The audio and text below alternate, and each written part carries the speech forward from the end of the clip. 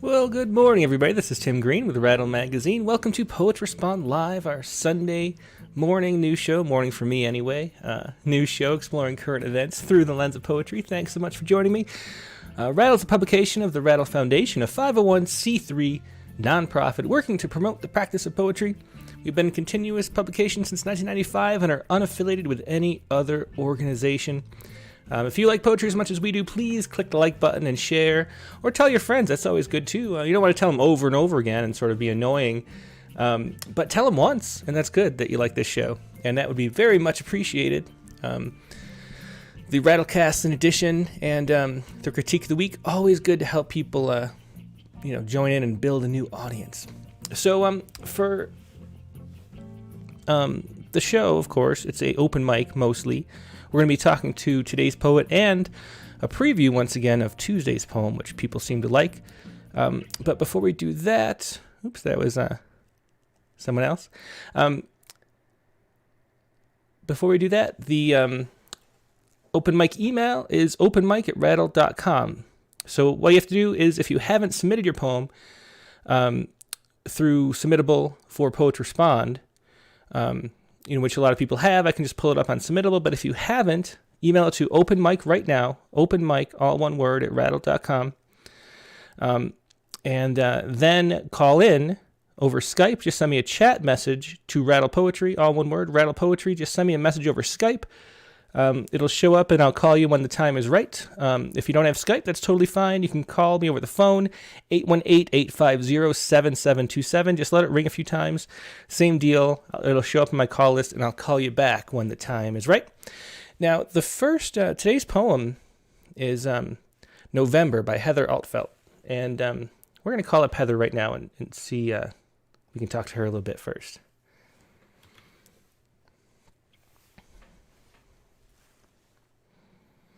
So the phone's ringing.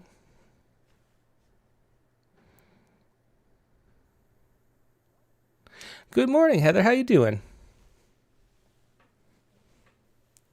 I'm doing good. I had you on mute for a second, but I think you're good now. Okay. So, thanks so much for sharing this poem with us about, of course, the election, which is what everybody's writing about.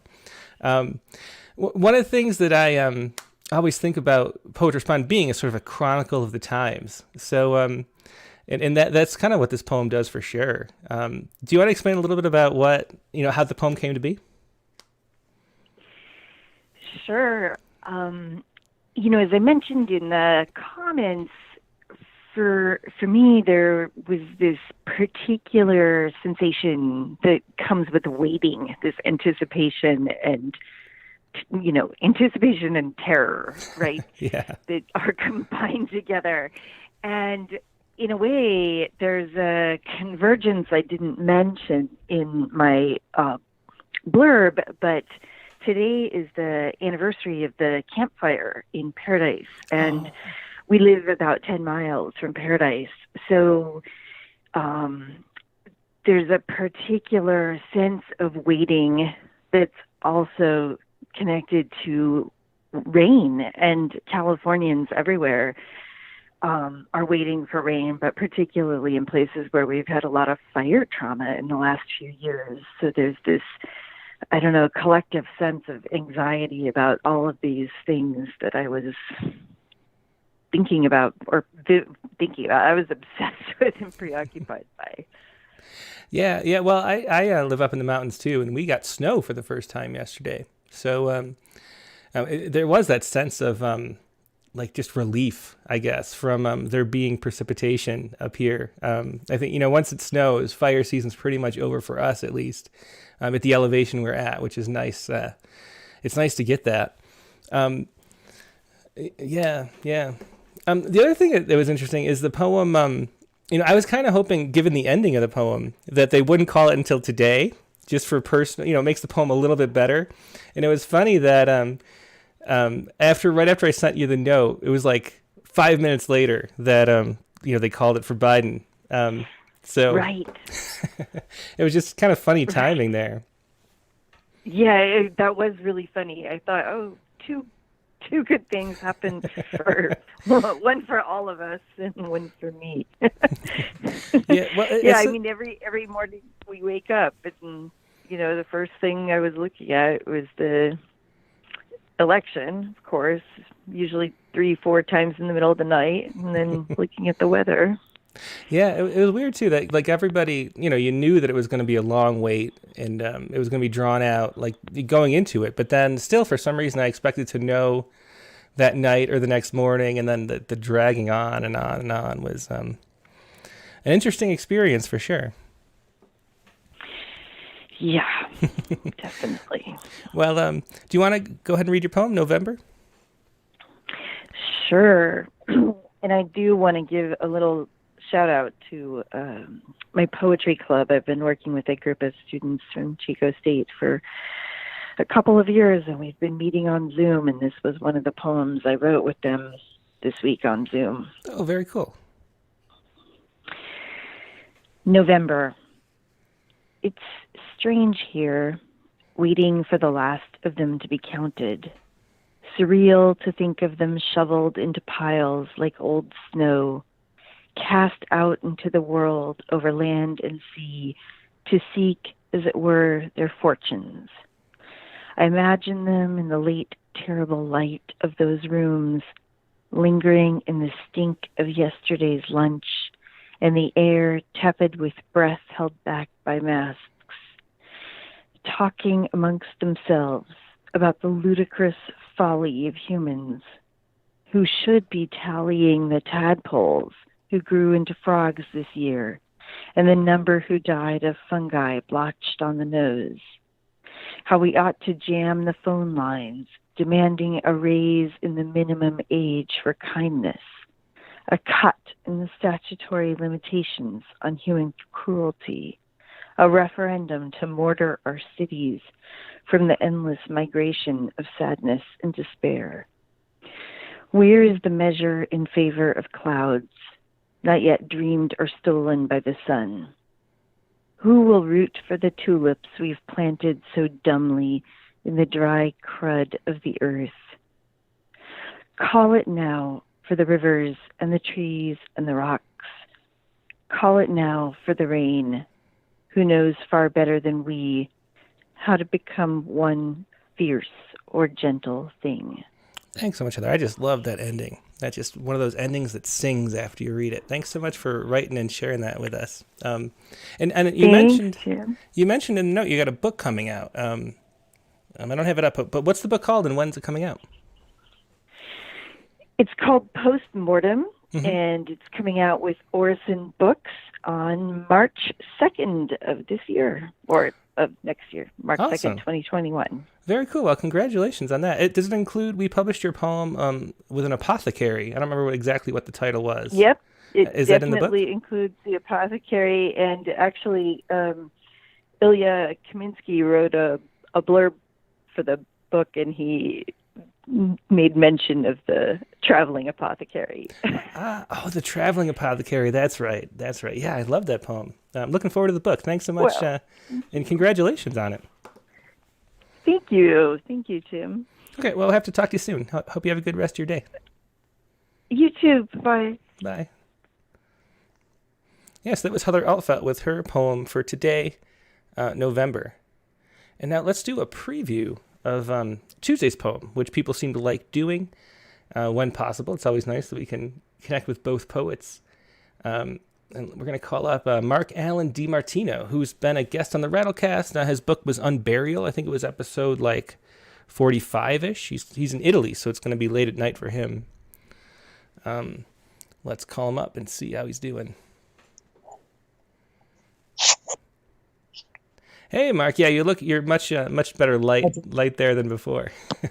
Okay, I'm inside, so hopefully that makes a difference. Yeah. So how you doing in Italy? How are things going right now? I think Europe's all going back into lockdown, right? Lots of parts of Italy are already in lockdown, especially in the north, but even in the south this time. Mm-hmm. We live in a region which is still pretty, everything's pretty free here. Mm-hmm. But we are hedging closer to lockdown every week, every day. So, Yeah, so we don't know what the future holds, but so far so good where we live for the most part. Hmm. Yeah. And even being in Italy, your poem is about the election too. What is It the is. sort of mood? You're as an American living in Italy. Definitely, your attention is focused on it. But what about for the rest of people in Italy? Is it sort of the Um, big news story for everybody, or is it sort yeah, of more? everybody kind of, here people think, Trump is just another Berlusconi. They've always said that, oh, he's just a buffoon, but I keep always stressing, he's much, much, much worse than all of that, Hmm. you know, trying to insist on, look at the last 4 years, look what he's doing right now. And everybody kind of shrugs it off. Oh, yeah, well, whatever. It's just a clown show.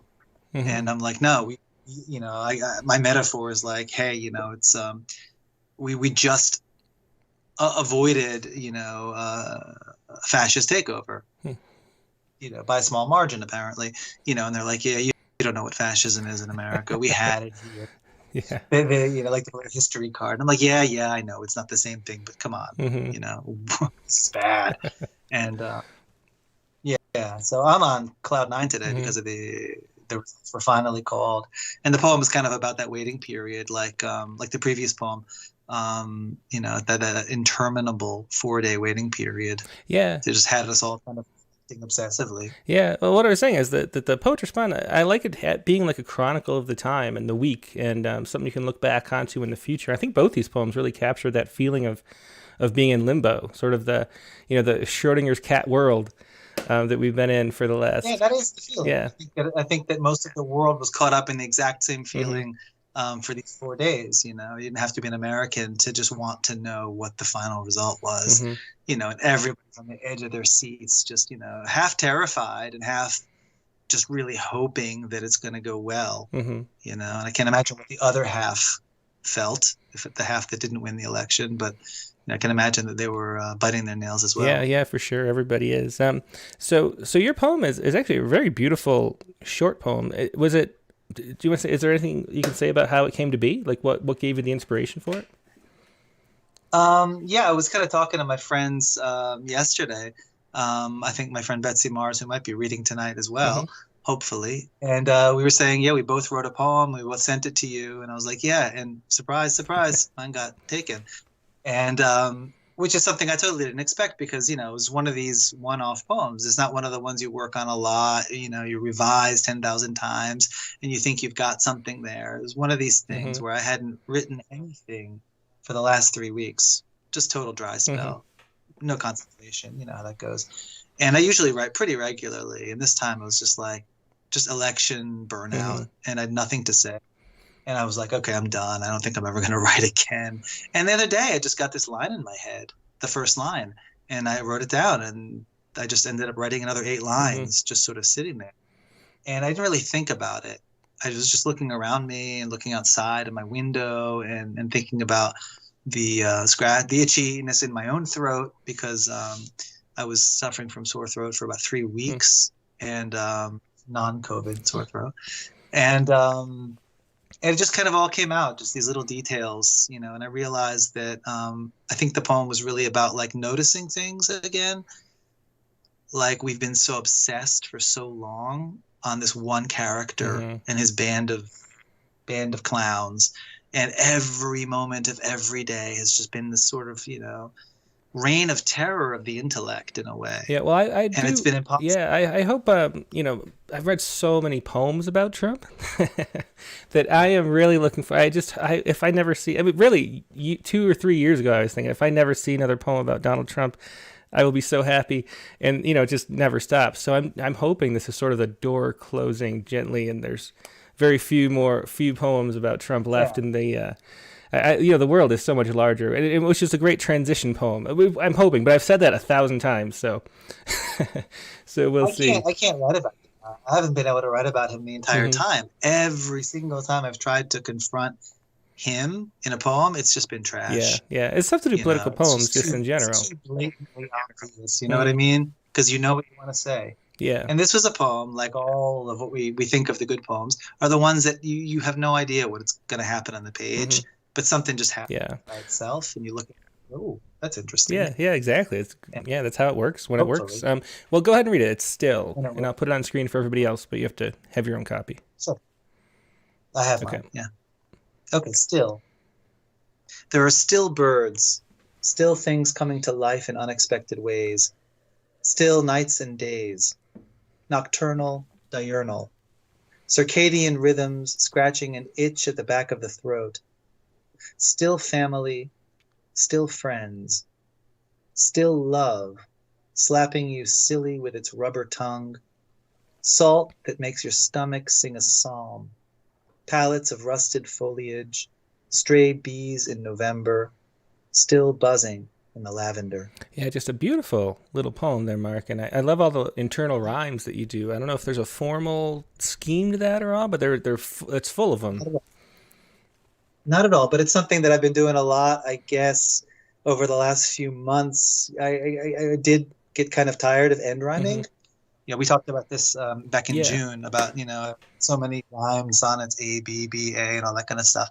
And I've really been working more with internal rhyme or mixing things up. So you have like that ghost of formality without the actual formal poem. So it kind of feels like a formal poem, but it's not at all. Yeah. Well, it's good work. I'm looking forward to sharing that with everybody else who doesn't watch these shows on Tuesday. Yeah, thanks, Mark, and thanks for joining in. I'm glad you got a great internet connection now too. Yeah, I got one finally. I had to. Yeah. Okay. Great. Yep. See you later. Bye. Yes, it was Mark Allen Martino with his poem "Still," which is going to be coming out Tuesday. Is the Tuesday poem. And now it's time for your poems. So let me let's get rid of Mark for just a second. And once again, a whole bunch of people have called in and asked to read and stuff. But once again, if you haven't sent your poem yet, please send it now to openmic@rattle.com if you haven't submitted it through Submittable. If you have, I can just show it through Submittable, but if not, email it to openmic@rattle.com, and then we can show it on the screen as you read, which improves the whole experience of poetry, really. It's nice to be able to see and hear at the same time. I love that. And then, of course, call in 818-850-7727, let it ring a couple times and hang up. Or send me a chat message over Skype to Rattle Poetry, all one word. Either way, however you contact me and let me know you want to participate, I will call you back when the time is right. So just hang by your phone. And remember that I'm calling from the future a little bit. There's a 30-second delay as the video bounces around the internet and stuff. So the stream you're watching, it'll surprise you when I call. You won't be ready for it. I'm not going to say, I'm going to call somebody, and then all of a sudden, no, it'll just ring. So be ready for that and click out of your video stream when I do, so the delay doesn't confuse you. And have your poem ready to read for yourself too, because you can't see it on the video because there's a delay problem. So have the poem ready to read and shut off your video when I call you. Now let's do a first-time caller.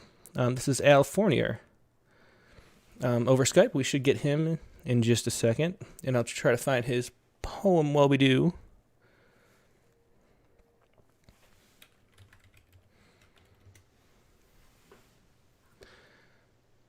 Hey, Al, are you there? Can you hear me? Yes, I am. We hear you great, but we don't see you if you want to click the video button. There you come. So, Alfred Fournier, what did you want to share today? It was definitions, right? Yes, definitions. Thank you, Tim. Yeah, thanks for joining. And where are you calling from? Phoenix, Arizona. Excellent. One of the hot spots, as it were. Is that what the poem? Maricopa County. I see the word elect in the first line, so that was what it was about too. Is there anything you want to say about it before you read? Yeah, just real briefly. I think, like I told you when I submitted it, came from a writing prompt. I wrote it actually on Halloween morning, and it was unexpected because I opened the dictionary to a random page. Mm-hmm. It happened to be the page with the word elect. So that's where this poem came from. Excellent. Yeah, well, go ahead whenever you're ready. I'll put it on screen for everybody to read along. Okay, thank you. Definitions. In theology, elect is a modifier meaning selected by the divine will for salvation. Lord, save us. More commonly, a verb to select by vote, usually by a majority over other candidates. To make a choice, especially with deliberation. Lord, deliver us. Electra is a star in the Pleiades, named for a daughter of Atlas, a titan of strength and endurance who could bear the entirety of the heavens on his shoulders, which means he also held his daughter, the star she had become. Her name from the Latin means bright or shining, like a beacon, a city on a hill. Some say Electra was the lost Pleiad, swallowed by the darkness of her grief when Troy lay a smoldering ruin. Yet on the facing page, we find electric, pertaining to energy derived from charged particles. Also, emotionally charged, exciting, exceptionally tense. Particles participate, generate, electrify, elect. Excellent. Yeah, I remember that poem from reading it yesterday. That was a fascinating look at the etymologies of those words. And I didn't know that. It was that elect was selected by divine will. That's interesting that there's that. That, and we go through sort of a ritual of like selecting the person who's selected by divine will, almost to the divine will of the people every 4 years. It's just interesting the way words histories work and weave together with how they're used now. Yeah, I thought it was interesting too, and a good place to start. And it took me surprising places, just finding ways to use those words and do a little research behind it. Yeah, for sure. Well, thanks so much for calling in and sharing it. It's nice to have new faces on the show. Good to see you. Cool. Thanks. Yeah. Have a good rest of your day. Hope you call in again soon. All right. Okay. Thank you, Bye. Tim. Bye. Yeah, so it was Alfred Fournier with definitions. Let's see, who should we go to next? We'll try to get, as always, I'm not sure if I'm going to get to everybody. We have an hour for the whole show. But I will try to make sure I get to the new people who we haven't talked to before. Let's see. So we have the unknown person again, which I think might be Carlton Johnson. So I could read. I'll read your poem for sure, Carlton. Let's see. I'm trying to make sure we. Well, let's just go up. I'll go up through the list. Let's go over to check in with Nivedita and see what she has for us this week. This is, as always, Nivedita joins us from India, and here she is. Hello. Hey, Nivi, how you doing today?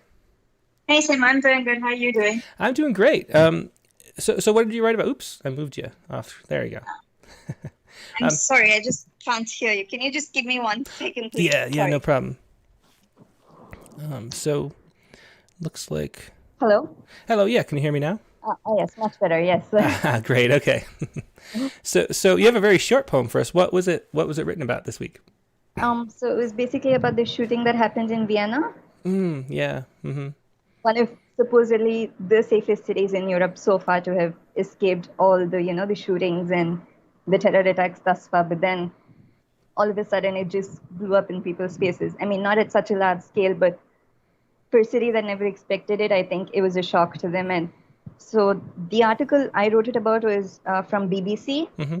and there was this really graphic image of, graphic in the sense of not like, ooh, weird graphic, but it was just so unexpected. Like, it was just a bar table outside a bar, and there was this bucket of wine which had an upturned bottle of wine and like empty glasses, full glasses, and like just wine dripping off the table. So that picture really spoke to me, and I just wanted to.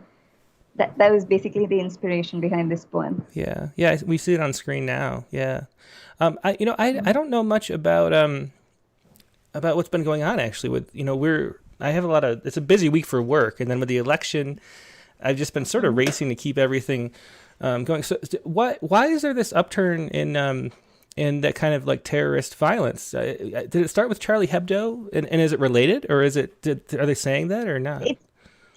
It's not related to that, but again, this is supposed to be one of the Islamic terror attacks. Mm-hmm. There was a young male who was, I think, born somewhere close in Macedonia or something, and then his whole family shifted to Vienna, Mm-hmm. and then he just sort of went rogue, for want of a better word. And so this district, it's really close to like a Jewish synagogue, and it's full of bars. So come evening, it's like a very popular hangout place for the Viennese, apparently.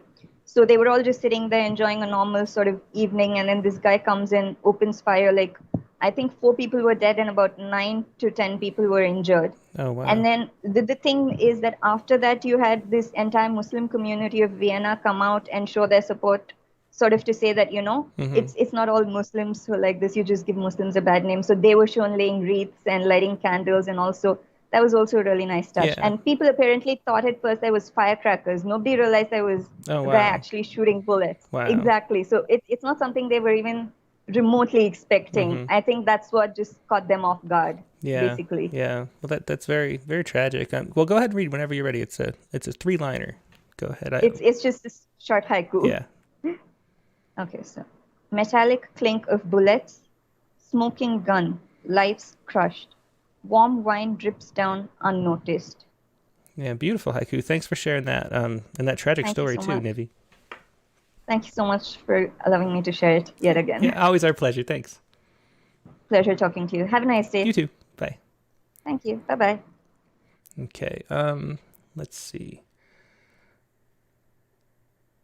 There's another new person now. Well, we'll do Kevin Sabarin next after. We'll let since Kevin's new, and I just accepted his connection request, where they call it on Submittable. I'll make sure that he's sort of prepared. So we'll do him next. But Carlton Johnson, who has trouble reading the poems in.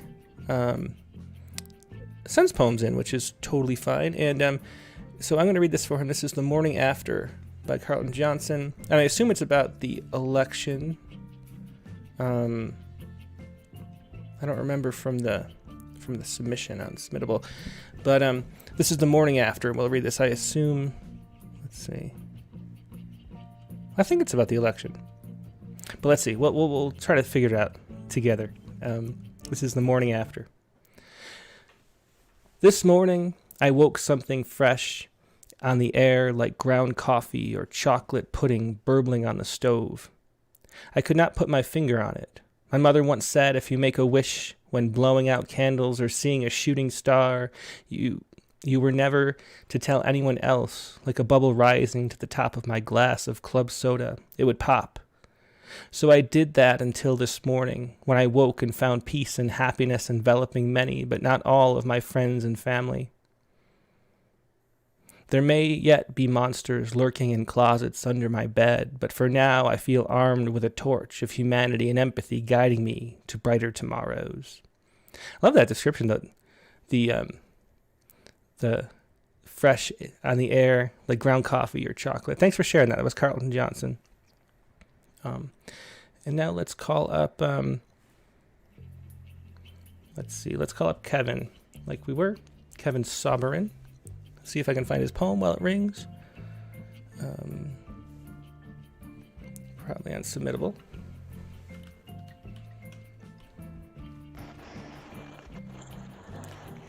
Hey, Kevin, thanks so much for joining us today. First of all, where are you calling from? Calling from St. Pete, Florida, Sam. How are you? Yeah, I'm great. Yeah, thanks for joining us. I assume you submitted a poem through Submittable? Yeah, here it is. November 2020 compilation. Diametric Opposition through Submittable. Yeah, I got it. Okay, so is there anything you want to say about it while Correct. I pull it up? Yeah, I'd love to. So Diametric Opposition is a piece that's kind of evolved over time, although it was inspired by recent events and largely the political scene, specifically of their approach to taking care of our people, some of the immigration laws and the ugliness that ensued through immigration. And this position's kind of two obviously diametrically opposed characters who will probably become evident through the course of the poem. And, you know, sort of what my understanding of America meant and stood for as I grew up. And I think what it means, unfortunately, today, in some cases at least, and to some people. So this was kind of a bubbling over point for me, and kind of where frustration met pen and paper. And I went at and sort of attacked, maybe in my mind at least, the idea or ideal of a thing versus what I thought it was supposed to be, and thought it should be. Well, great description. I think there's a bit of a delay, so it's going to be hard to have a conversation, but go ahead and read it whenever you're ready. All right, I'll do that. Okay, Thank you very much. Diametric Opposition. This is the story of a goddess, and he who shall not be named. One who stands for libertas, while the other merely fame. He faces to north and west. She seeks to conquer and best, while she seeks to welcome in peace. His home was a regal palace, and hers a solemn island.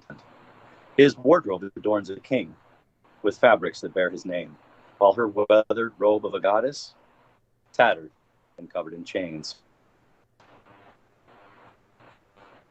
His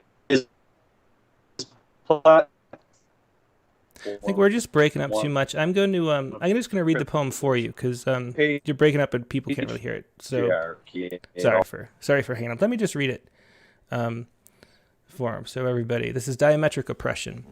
This is a story of a goddess and he who shall not be named, one who stands for libertas, while the other merely fame. He faces to north and west. She faces to south and east. He looks to conquer and best. She seeks to welcome in peace. His home, a regal palace, towering high above the land. Hers is a solemn island, mere inches above the sand. His wardrobe adorns a king with fabrics that bear his name. Her weathered robe of a goddess, tattered and covered in chains. His platform, one of privilege, patriarchy at all cost. Hers is one of empowerment, the matriarch of tempest tossed. His constituents fear-monger while fighting for their status quo, while her collective downtrodden seeks a safe and welcoming home. While both great symbols of power and both stand for something clear, one seeks to uplift humanity, while the other survives on fear. Excellent rhyming poem there. So sorry that the connection broke up and we couldn't have Kevin read the whole thing himself. That happens sometimes, just depends on how the connection is going at any given time. But hope you can call in again, Kevin, and thanks so much for joining us. And that was Kevin Saburin, that's Saburin, from Gulfport, Florida. Thanks so much for being able to join us, Kevin. Let's call up Danny Mask. He hasn't been on in a little while, I don't think. Let's see if he emailed us. Oh, that's the concrete poem.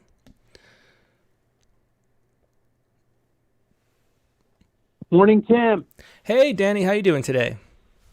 The best day of my life. Excellent. That's always great to hear.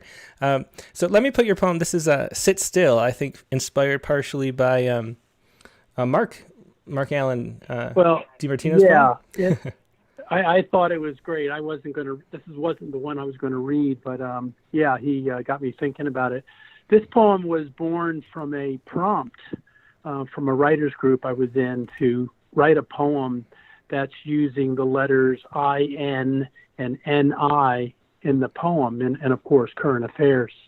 And I love the internet. I asked the internet for all the words that have I-N and N-I, so let's hear it for the internet. Yeah, excellent for sure. Well, go ahead and read it. Go ahead and read it whenever you're ready. I got it on screen. Yeah. Okay.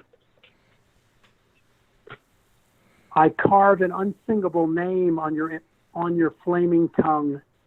No matter how deep your cavernous mouth, the artful ruts from my imaginary knife wilt the smoking bloom off your inflammatory words. As if God and evil are real, my cuts produce a flushed foul stream of smutty slush. For every lie you tell, my sharp knife glowers light on the fecal pageant of what you say, what you do, and who you are. I begin, as if your sinful chin is a half inch from my intractable hand. Sit still. I'm almost done. Sit still. Excellent. Thanks so much, Danny. And that was Sit Still by Danny Mask. And, I always wanted to ask you, why is it that you put the title at the end? What is, I always wonder about that because, a few people do it, and it's such a strange convention to put it at the beginning that so few people break that convention. But you always put it at the end. So what is it for that? And there are always 17 lines. Are they? That. I noticed they were all about the same length, but I never counted. Okay, yeah. So what is the form? Is that the mask? What is the form? Well, in my mind, as an artist, I have an MFA, so I was an artist, a painter. For me, I look at the poem as a painting. Mm-hmm. So, like, put the title of the painting on the bottom. That's essentially how I started doing it, and to do it differently too. Yeah. And for this poem, mm-hmm. it kind of works because there's an extra emphasis. I'm almost done. Sit still, sit still. So this kind of emphasizes the punch, at the end. Yeah, it's definitely an interesting a thing to be doing. The Rupi Kaur does it on Instagram too, and so Okay. and it's interesting. But thinking about it as a painting with the title below it is a really cool idea. I like that a lot. Thank you, my friend. Yeah, cool. Well, thanks for sharing that, Danny. It's always a pleasure to You're talk to the you. best, buddy. Thank you again. Thank you. Bye. Yeah. Bye. Okay, so that was Danny Mass. Let's call up Allison Hackett. I'll find Allison's poem. Thank you, my friend. Yeah. Oh. Hi. Hey, Allison, I heard myself, but I think it's gone. I think you got it, right? I just silenced it. Yeah, hi. Okay, great. So I can't see you yet, though. If you want to click the video. Oh, yeah. I always forget that. Hang on. Yeah, no my problem. videos. Oh. Sometimes my laptop just does that, and I would have to totally restart to get the video to work. I can see myself now. You're good. You're good. Yeah. Cool. I think there's the default I don't know if you can change the default, but it's probably good to have the default be video not on, and because Yeah. if people call you up, I don't know if I want the video playing automatically, but anyway. So what was your poem? The candidate was sulking, which I can imagine what that's about. I had sent The Candidate Was Sulking. Earlier in the week, I'd sent Lament, or Trump's Hotel in Doonbeg, which is about one of his hotels in Ireland. So they are both about Trump, sadly, because I heard you talking at the beginning, and I'll be happy to if I don't ever write another poem about Trump or think about him or hear one. So we write about what we write about, and I think the world has to oblige rather than the poets. It's not really our fault. But yeah, Trump has. I never kind of didn't think about it, but Trump has a lot of connections to Ireland, doesn't he? I guess with golf courses and whatnot. He does. Actually, Biden has a lot more. He has ancestors in Mayo, in County Mayo. So we're very excited about Biden's win now. But when I was looking back at the two poems I sent you, I actually prefer the one about the hotel. It was much more kind of an emotional poem for me. Okay. Mm-hmm. Yeah, I see that too. So I prefer that one, I think, if that's all right with you. Yeah, go ahead. I just switched over to that one. So go ahead whenever you're ready. Cool. Off we go. Lament, or Trump's Hotel in Doonbeg. The golf course running along the seafront stretches north from a cluster of buildings styled as mock Victorian village square, built in shelter of the dunes of Doonbeg, in County Clare, where colours are soft, where marram grass bends to the eye, running across from real village over bog burren to meet sea skyscape, reminding us of a Paul Henry painting, and of riders to the sea, sings play after a story he'd heard on Inishmaan about a man whose body was washed up on the shore, of the scene when a ghost is seen riding on a horse, the lament of a grief-stricken widow, her sons all dead in the dreaming of the play. Down for a wedding, we arrive at the back entrance, villagers advised the shortcut, beside public access to the beach, a beach the owner didn't own. Village burghers had had their hands shaken by politicians. The hotel was good, a triumph, they said, jobs for the locals. But the locals were not very vocal, a shyness in their serving, near winking apologies for having taken the jobs, for taking the soup. On the beach the next morning, a pastiche of dark modern Gothic silhouetted on the sky behind me, a man standing in shallows, holding a rope attached to a horse, circling round him, hooves plashing the waves, breaking into land where the Atlantic crashes into Ireland. Alone, man, horse, to the west, America, North America. Excellent poem and another beautiful reading. Thanks so much. That was Allison Hackett reading. Thanks. Yeah, reading Lament, or Trump's Hotel in Doonbeg. Yeah, thanks so much. Thanks very much. Yeah. Great to chat. Yeah, always a pleasure. Thanks, Allison. Okay, let's see. I just looked at myself. I noticed, if you notice this on my lip, I got hit in the face with a football. I was playing catch with my daughter, and she's got a cannon. So, yeah, I'm going to be bloody lipped for the next couple episodes, I think. Let's see. Who should we call next? We have the unknown person.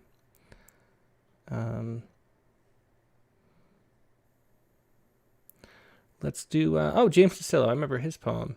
His poem made me laugh. Here we go. James DeCillo. You find it. Morning, Tim. Good morning, James. How you doing today? I'm good. So the leaf blowers are at full throttle in the neighborhood. So, you know. Well, we don't need a leaf blower here. We have, a storm came through. We have like maybe 2 or 3 inches of snow, and the winds are just howling outside. It feels like the Antarctic tundra or something. So I don't know if you can hear. People might be able to hear that in the background, or might not be. So do you want to say anything about what your poem is about? I'm pulling it up. Stop counting. After 4 years of magical thinking by our lame duck, now I can say lame duck president, I thought I'd indulge in some magical thinking. All right. That's all I'll say. I'll read it. Okay, yeah, go ahead. It's on screen now. Okay. Stop counting. I put my paycheck into the bank on Friday and asked the bank to stop counting. The Ravens led the Steelers at halftime and asked the refs to stop counting. I got on my scale this morning and pleaded for it to stop counting. I only had 2 drinks, if you'd just stop counting. This poem is a quatrain, if you had stopped counting. That's Excellent. Yeah, very fun poem. Thanks so much. I'm glad you could call in and share that, James. Thanks, Tim. Yeah, have a good one. Bye. Okay, that was James DeCillo with Stop Counting. Let's see. Try to make sure. This is the point of the show where I have to make sure I didn't... This is Gail Hemmon. I have to make sure I don't call people twice, because it's easy to mistake to make. The list gets kind of juggled. Let's see. Is her poem over here? She emailed her poem in.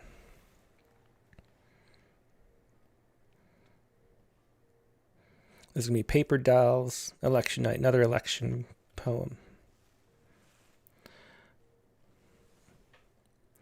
Exception, she might have her ringer off, which happens sometimes. So, Gail, I'll call you later after the next poet. Just make sure your ringer's on. Sometimes that's off and you don't notice it's ringing. Let's see. We have this person. We'll see if we can connect. Here, I'm not sure. Nope, that's not going to work either. It's the. Let's see. Okay, we'll call up. I'm not sure if I'm saying this right, but Z Giantan. See if that works. Hey, thanks so much for joining us. Can you hear me? Oh, hi. Sorry. No problem. Yeah. Hi. Hi. So, am I saying your name right? Z Giantan? Yeah, you can call me June. Okay, June. Or Z June. Okay, great. So June. Yeah. First of all, where are you calling from? I'm calling from Vienna, Austria. Ah. Oh wow. So the site of the poem that we read earlier. Right? Was that in Vienna? Yeah. And there's been a shooting as your poem too. Is there anything you want to say about it or add to the story being there? Sure. I was at the site of the incident about an hour and a half before it happened. Wow. And then we came home. We were just cozy up inside with the cold weather.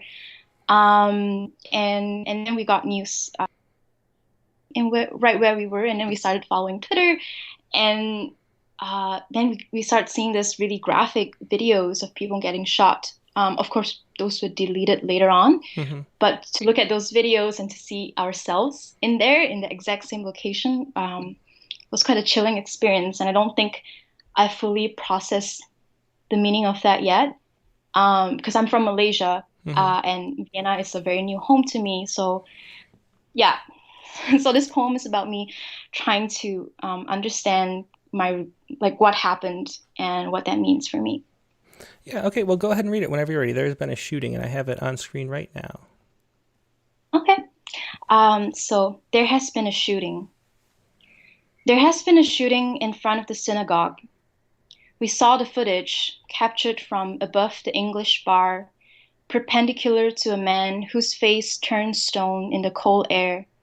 No hesitation or shrinkage. His rifle stretched as long as the street, the silences a resounding 999. So let us start from the beginning. There has been a shooting. You saw the footage, the one shot from across the tram station. The policewoman's hip was cracked open by a bullet. She pointed her bone marrow to the moon when the bookstore creased the yellow light and the sun had gone down behind a hill. A man ran to pull her away from the shooting range, and the balaclava-clad man hissed like a porcupine under threat. Have you seen the footage? My boyfriend remembers the scene differently. The bookstore was wrapped around the end of the street, like lips wrapped around a muzzle, and the cobblestones had teeth marks on them and the flailing hands we cannot keep still. Every single one of their faces said, 9, we would very much like to not be shot. Yeah, bit. The city buried its head as the shots rang from 6 different notes, 6 aneurysms for 6 dead or more at Schwedenplatz. Schweden like Schwedenbomben, the desert. This is the way words crease in your head during a tragedy. Did he pause to regard the faces glowing against the noise, the mask-clad faces, the 999 when he shot and shot into the light? Did he eat dinner that day? Here is what we know. There has been a shooting, and the world could not look him in the eye. Oh, powerful Thank poem. you. Yeah, thanks so much for sharing that. And that his rifle stretched as long as the street was this. For some reason, that line really stood out for me. But I'm glad that you're safe, and hope it's not too traumatic having been right there. Yeah, I hope you're okay emotionally. Yeah. Yeah, we're fine. Okay, Thank okay, you. good. Yeah. Yeah. Well, thanks so much for calling in and joining us. I really appreciate it, and hope you can do it again. All right. Thank Bye. you. Have a good night. Bye. So it was Z Juntan with There Has Been a Shooting. Now, let's go. So here's Gail Henneman, I should say. Let me make sure. Who else we have? We have this number. We have this number that comes up as there's a live :CTJ, and for some reason I couldn't. Who submitted their poem by email? Let's see. Maybe I can figure out who that could be. Maybe that was Carlton Johnson trying to. Yeah, that was Carlton Johnson. Okay, so he messaged me on. Okay, so we're good there, and that might be the unknown caller too, but we read his poem, so I think we're good there. Let's do. I think Gail Henneman is going to be the last poet for today. Let me make sure I didn't miss anybody though. Oh, Diane Knox and Joy Stahl. Okay, so let's really quick do kind of get through Gail and Joy and Diane, and then we'll call it a day.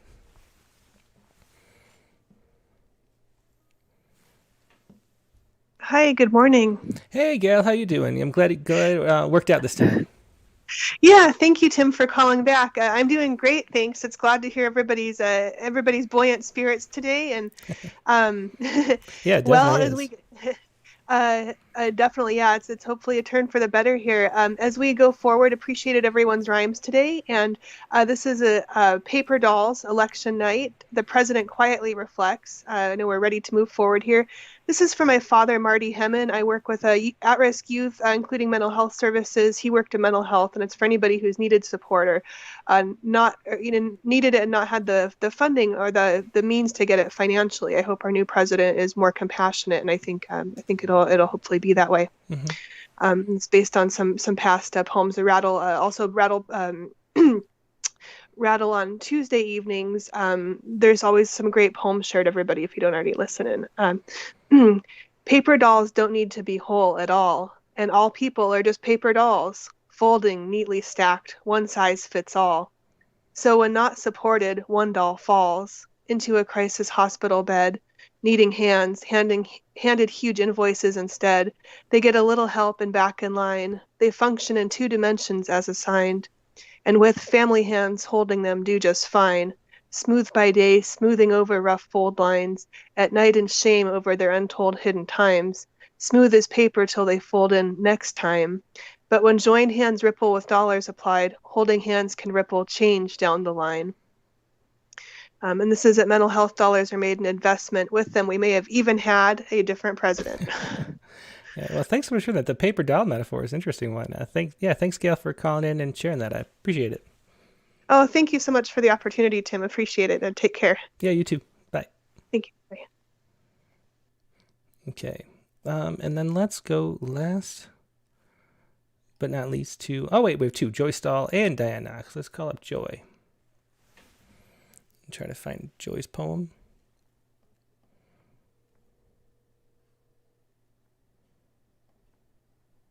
Let's see. Hey, Joy, how you doing today? All right. Let me find your poem. I'm looking on Submittable. Here it is. Oh, That's Cold. Yep. I haven't even read it yet. This is something you submitted today? Yes, as usual, I didn't hit on the right form and the right rhyme scheme until I was walking the cats a couple of hours before the show. Okay, well, I'll put it up for... Is there anything you want to say about what it's about? Again, it's a science. This is about the A68A iceberg. Ah, the one that's about to crash into... yeah. Or potentially into... what island? Well, it's South Georgia, and when I first saw the post earlier in the week, I thought it was Georgia in the United States. And I said, that's election tampering. That would be, yeah, a giant iceberg definitely would be, but it's the it's an iceberg the size of, I think, like the size of Delaware, maybe ironically too, and yep. And it's in South Georgia is an island off the coast of like Argentina or something up by Antarctica. Right. So go ahead. That's cold. Go ahead whenever you're ready. I'll put it up for everybody. All right. A68, white like a plate, wandering free, cruising the sea toward certain fate. A68, showing your hand, pointing the way while you have strayed from your homeland. A68, collision course, iceberg most grand, bump the island, get stuck of course. A68, it's not the state, South Georgia Isle, stay there a while if you can flate. A68, impact a grave one on the wildlife, hope your shelf life is a short one. Excellent. Thanks so much for that. Of course, I love science-based poems, so thanks so much for sharing that. There was Joy Stahl with That's Cold about A68. Thanks, Joy. Thank you. Bye. Okay. And I think the last person, I think we get to everybody today, which is always nice. I'm not in any rush to get out the door, although the Bills are playing the Seahawks. And I'm excited to watch them get blown out. The Bills, I mean. My Bills. Let's see. Diane Knox. Yeah. I think this is the last person. We'll find Diane's poem too. Hello. Hey, Diane. How you doing today? I'm great. How about you? I'm doing great. I'm finally starting to wake up now that the show's almost over. I was a little groggy this morning. But, well, we've had a lot of lost sleep to make up for. Yeah, and I always have trouble with the daylight savings, which was last week. So I've been waking up early every day because I can't sleep in past the normal time, and so I'm like on a sleep deficit. And today I kind of made up for some of it, which is good. I'm glad. So you want Democracy is a Mandatory Dance? Is that the one you'd like to read? Yes, it is. Okay. It's from a prompt by Taylor Mawley, and you've helped me discover him, and he has a show on Mondays, and I couldn't figure out how to submit, and I thought, well, this is good for Respond. Perfect. Does he do it on Facebook, on his Facebook page? Is that where you see it? No, it's YouTube. Okay. I'll have to look that up. I wasn't aware he was doing that. It's 12 or 12:30 on Eastern time. So. Huh. I wonder, has he been doing it a long time? Because he didn't pitch it while he was on our show. Quite a while, I think. Well, no, I'm not sure. Yeah. Well, I'll look into it after the show's over. I'm curious. But this is Democracy. And what was the prompt? I meant to say. That's the prompt. Democracy is a mandatory dance. Using his metaphor dice, I bet. Yes. Okay. That makes sense. So go ahead whenever you're ready. I'll put it up. Okay. Election results like dancing on hot coals, back 2 steps, forward cha-cha-cha, tangled tango, must keep going, rock and rolling, music still playing, mandatory delaying, count every step in this pole dance. No dirty dancing evident yet, waltzing to the end tally for president. When the lead is firm, lean back to discern the strength of democracy's arm. Excellent. Thanks so much for sharing that, Diane. That was Diane Knox with Democracy is a Mandatory Dance. Thanks, Dan. You're welcome. Bye-bye. Bye. Yeah, and so that is the last of the open mic for today. If we missed you, I'm sorry. It's hard to keep track, but I think I got it. I think we got to everybody. So the haiku for today, I like to try to write a haiku every Saturday night for the show. And I came across this article this week, which I will put up for everybody. This is, here we go. This is Platypuses glow green under ultraviolet light. The web-footed monotremes join a small cast of fluorescent nocturnal animals. So what happened here is that, everybody knows scorpions and a lot of insects fluoresce in the night. And so you can look out, like in the desert down below us, you could look out for scorpions with a UV light at night. And science learned recently, just 4 years ago, maybe 10 years ago, they learned that possums have fluoresce too, some species of possum. And then just a few years ago, they learned flying squirrels fluoresce. And while somebody was doing research on just looking through a museum, trying to figure out which squirrels did from which regions and whatnot, they decided to open the platypus drawer, and they were amazed to discover that platypus fur also fluoresces. And fluoresces, something is fluorescent when it absorbs higher wavelength light and then emits it at a lower frequency. So it absorbs UV light in this case, and then the molecules there emit it as visible light. So we see the UV kind of reflected back at us with a glow in the visible spectrum. And the interesting thing is that they have no idea why these animals do it. Some people theorize that it's to hide from predators.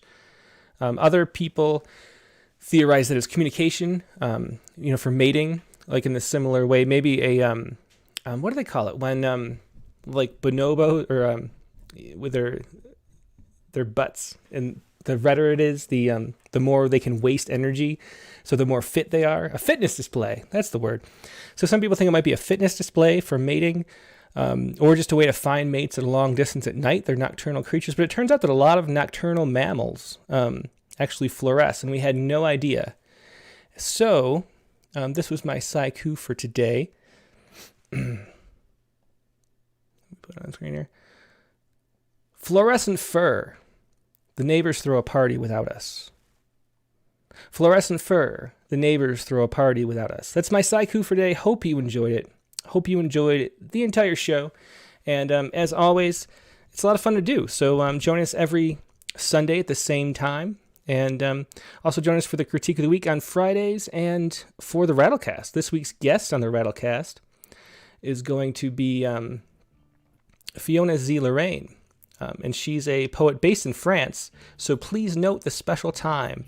That's 6 hours earlier than it normally would be. So normally it's 9 Eastern.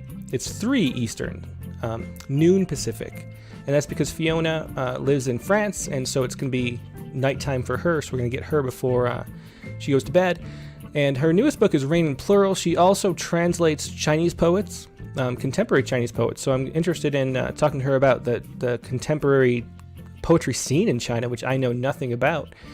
And she's also a renowned harpist who travels the world doing concerts. So a very interesting person with a new book, Rain in Plural. So we're going to be talking to her, Fiona Z Lorraine.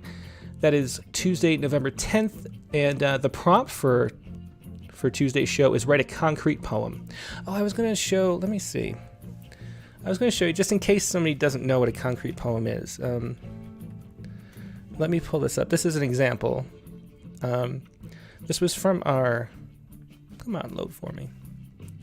This is from our, let me turn this down. Let's start a reset. I did want to share this just in case people don't know what a concrete poem is. Here's a concrete poem. This is from our sonnet issue. This is Patty McCarty with Make Mine a Darjeeling, which is actually a sonnet, but then it's formed in the shape of the cup. So here it is, Make Mine Darjeeling by Patty McCarty. It seems to me incredibly unfair, suggesting I get off my derriere and poeticize a picture. I don't care to imitate your still life with a pear. It's not my cup of tea to write on, cue for Carmen, figure what's her name, or you. Reverse ekphrasis? I scorn those who can shape a song, but cock-a-doodle-doo, bereft of rhyme and meter's euphony.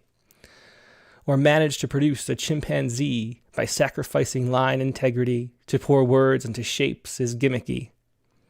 Such craft is rightly seen as mere pretension. My poetry's the model of convention. So I thought that might inspire everybody to write a concrete poem, a little tongue-in-cheek sonnet there by Patty McCarty. And that is your prompt if you want to join us on Tuesday. So I hope you can.